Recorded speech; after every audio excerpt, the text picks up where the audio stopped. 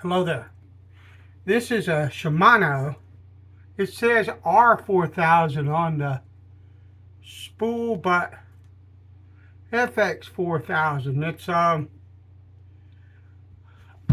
guess what year I bought this in? It's a 90s Shimano budget. This was like the cheapest Shimano they had at the time. I think I paid like 16 bucks for it, something like that. But it surprisingly is a really nice reel. It's all graphite or plastic, depending on, how you want to talk about it and all of that. It's a composite, which is what plastic is and all of that, graphite and everything else. Okay, so, but anyway, um, but it's surprisingly a really good reel. I've already opened this reel up and serviced it, so I know what the internals look like, and it's all metal. There's no plastic in it or anything, and this reel is wonderfully smooth for the kind of budget reel that it is. Um, that's one thing Shimano and Daiwa excel at, as even their lower priced offerings are really smooth. They've got their gears figured out as far as how to make everything smooth and stuff like that. Just, in my opinion, Shimano and Daiwa stand apart from every other uh, popular reel manufacturer out there. So, but anyway, what I want to do now is a few days ago I did a video on servicing the front drag of a Daiwa. And so what I want to do, this has a rear drag, and I want to do a video on servicing this rear drag system because depending on what we're going to do, you have the rear drag is back here. Okay, there's a screw that holds this cap on. So what we're going to do is we're going to take that off while I jaw a bit. But you'll find people that have a preference for a particular type of drag system. Now what you would basically do is just unscrew that. I have a preference for the front drag. It's easier to get to. If I'm fighting a fish and I need to loosen my drag, reaching here and then coming back and reaching here, it's easier to reach the front, in my opinion. But they come in both types, and to be quite honest, if the reel is something that I like, there's a lot of grease on that. That's a good sign. If it's something that I like anyway, I'm not going to really, that's not going to be something that would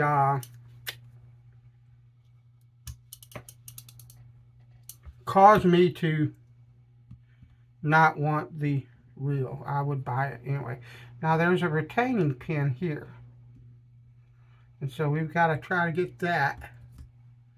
And the problem with it is I'm not sure that I have anything that'll get up under that. We will see. But this is a spring. You need to understand that. Let me see if I can see. Okay, wait a minute. This is a spring. And so you have to be careful with it, or it'll fly away. It'll come fly with me, come fly away. That's what'll happen. So what I'm going to do is capture that with the palm of my hand and take that off. And then this will come out.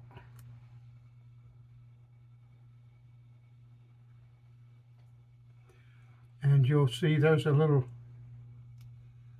spring here. I'm not sure if that's another washer or not. Let me look and see. Yeah.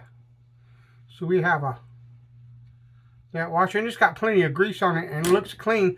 I may not do anything to this but just take it apart and put it back together.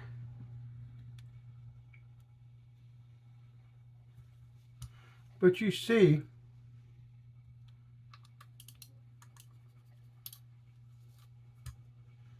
is that a single washer system? Can't be. So, yeah, no, you see there's a groove here. I don't know if you can see it. And a groove there, and there's a grooved washer just like was in the Daiwa here. So what I got to do is I've got to figure out how to get that out because it doesn't want to come out.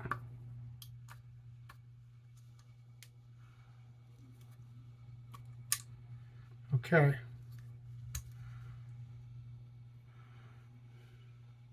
You see all of that? Well, if you look at it, that shaft goes on there. So we're going to separate the different washers.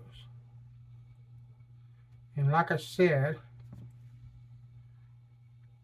we've got plenty of grease on these. So we're going to just put this back the way we had it.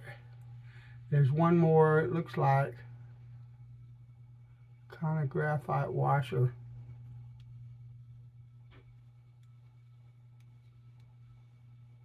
There, no. No. So, I mean, what I would do is I would take this apart and clean everything and then grease it if I thought that it needed service. But honestly, I don't think it does. So we're going to put this gear system back in.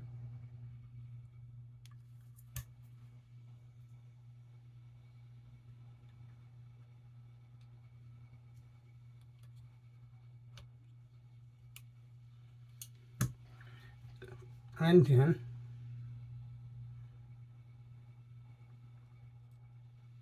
I'm going to run all the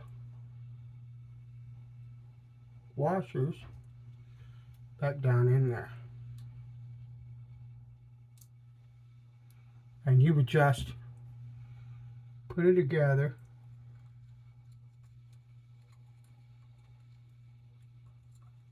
in the reverse order of which you took it out.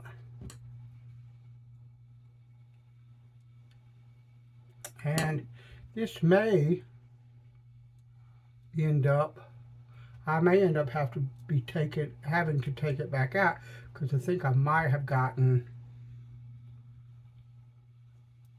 that one piece, that bottom piece in there backwards.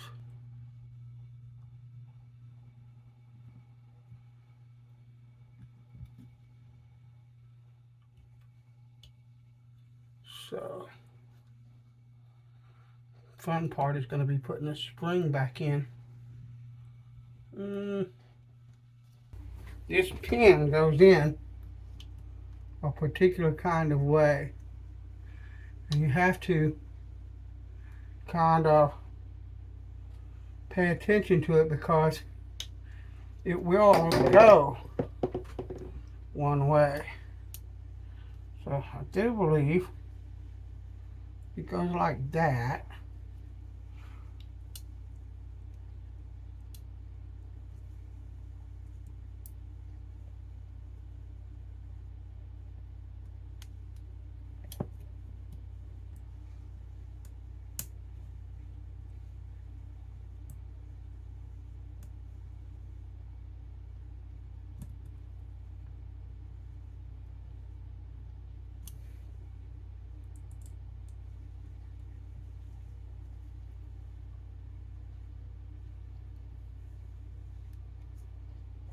There's a little groove right there, but that's got to go in.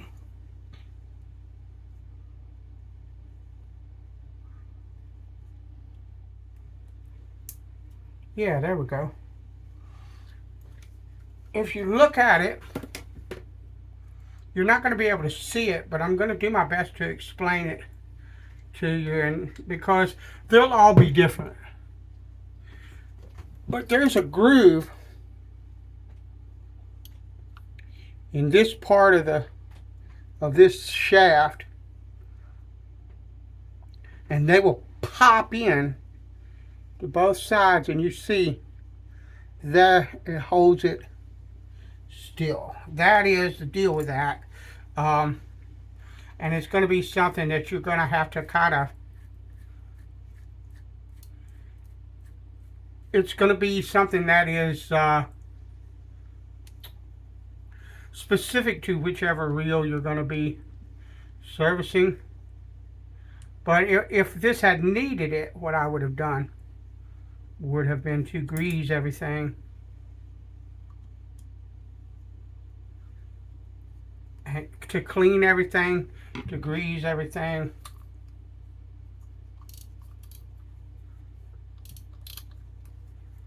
That kind of deal. Let me crank this down and make sure, yeah, doesn't want to. The thing you have to understand about this reel is that there's not a push button here, so when this drag is cranked all the way down, then you can screw the spool off. Okay, it's a different kind of beast, but that's not gonna matter to the drag, because if I back the drag off enough to the proper level, that won't enter into play. So that's how that's done.